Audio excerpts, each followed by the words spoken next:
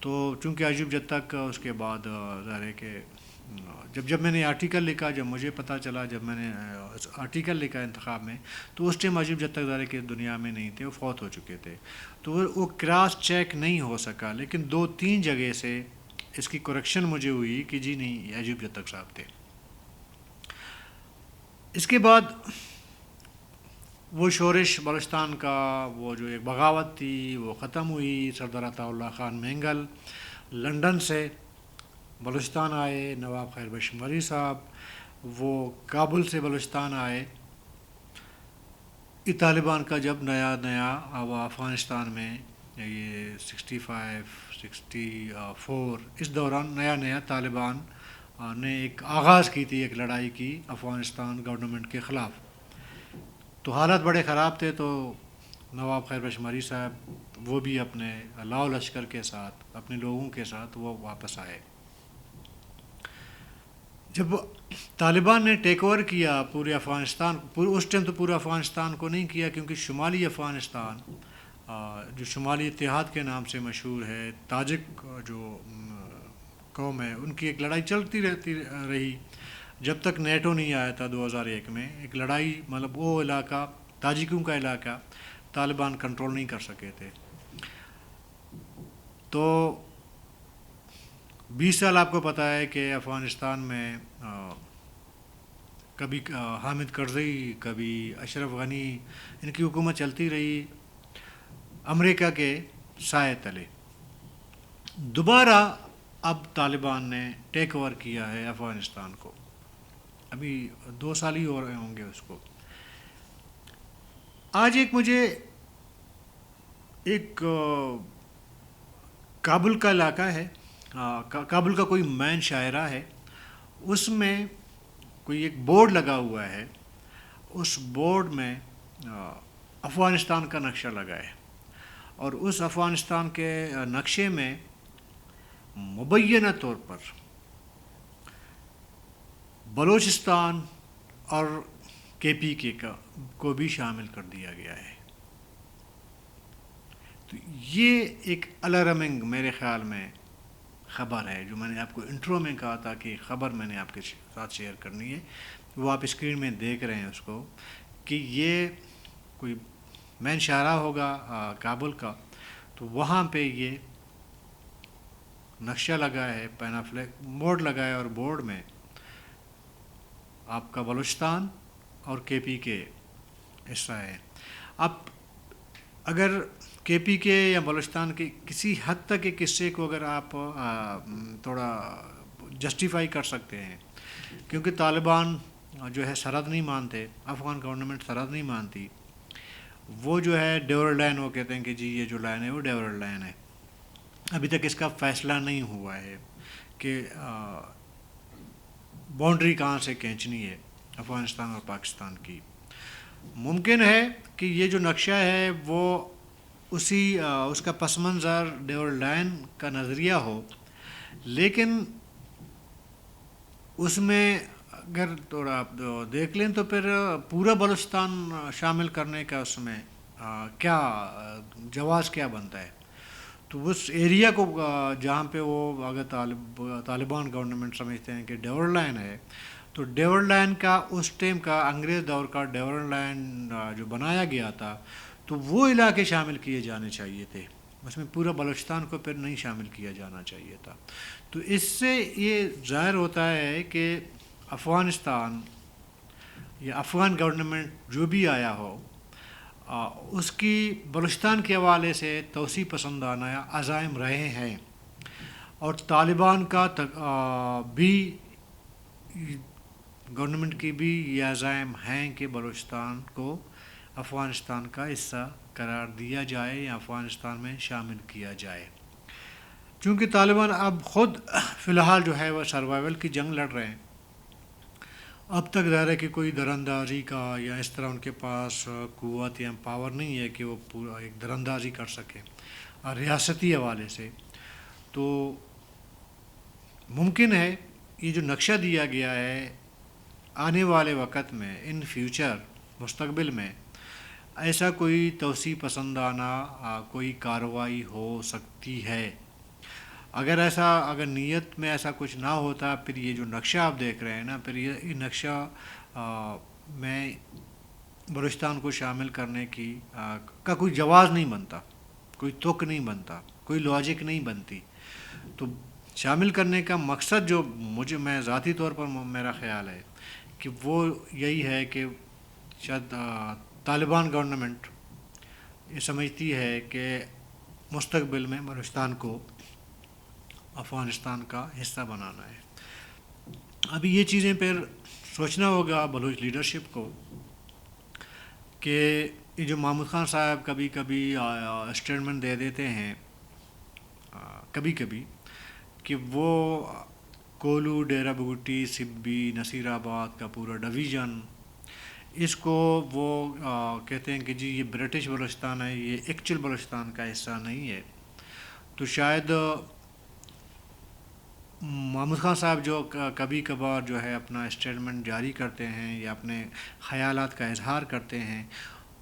وہ اور طالبان گورنمنٹ کم سے کم اس معاملے پہ متفق ہیں. یہ جو برٹش گورنمنٹ کا جو سمجھتے ہیں کہ بلوچستان کا حصہ نہیں ہے. تاریخی پس منظر ظاہر کہ کچھ اور ہے. تاریخ میں اگر آپ جائیں گے، آپ کو بہت سی چیزیں آج سے 400 سال آپ لیں، آپ 500 سال لیں، 300 سال لیں، تو وہ تاریخی پس منظر اگر آپ جا کے اس کو اسٹڈی کریں گے، وہ یہ جو اسٹیٹمنٹ دیے جاتے ہیں محمود خان اچکزئی صاحب کے اور ساتھ میں طالبان جو نقشہ کھینچتے ہیں، اس سے ظاہر کے برعکس ہے نا. اس پہ ڈیبیٹ کرنا پڑے گا آپ کو، اور ڈیبیٹ کیا کرنا ہے اس میں، ڈیبیٹ کا تو کوئی گنجائش ہی نہیں ہے. تو ابھی ظاہر سوچنا ہے ہمارے بلوچ لیڈرشپ کو. اور اس وقت جو میں سمجھتا ہوں بلوچ کے پاس کوئی اس طرح کا کوئی لیڈرشپ نہیں ہے کہ وہ یہ ایک ایم پی اے شپ اور ایم این اے شپ فلانا سینیٹر بننے کے دائرے سے باہر نکل کر بڑے پس منظر میں بلوچ قومی شناخت یا تاریخ یا جغرافیہ کے حوالے سے کوئی اس کا کام ایسا اس نے کیا ہو، یا کوئی اس کی نظر اتنی وسیع ہو کہ وہ ان چیزوں کو بھی دیکھے اور اس کا لاجیکلی اور منطقی جواب دے سکے. تو مجھے فی الحال بلوچ لیڈرشپ میں ایسا کوئی نظر نہیں آ رہا ہے. جب کسی قوم کے پاس ہیوی ویٹ اور کمیٹڈ نظریاتی اور قومی سوچ رکھنے والی کوئی قیادت نہ ہو، پھر ہر جو کوئی بھی ہو اس کے دو عزائم پر توسیع پسندانہ ہوں گے، آپ کو کیپچر کرنے کا اس کا عزائم ہوں گے. ممکن ہے آج افغانستان نے کی ہے، کل ایران بھی کر سکتا ہے. تو یہ دیکھنا پڑے گا کہ معاملہ کیسے جائے گا، اور اس کو ہمارے لوگ یعنی کہ بلوچ لیڈرشپ اس کو کس نظر سے دیکھتی ہے، اگنور کرتی ہے اس کو، مطلب ایک فضول شے سمجھتی ہے، اس کو کوئی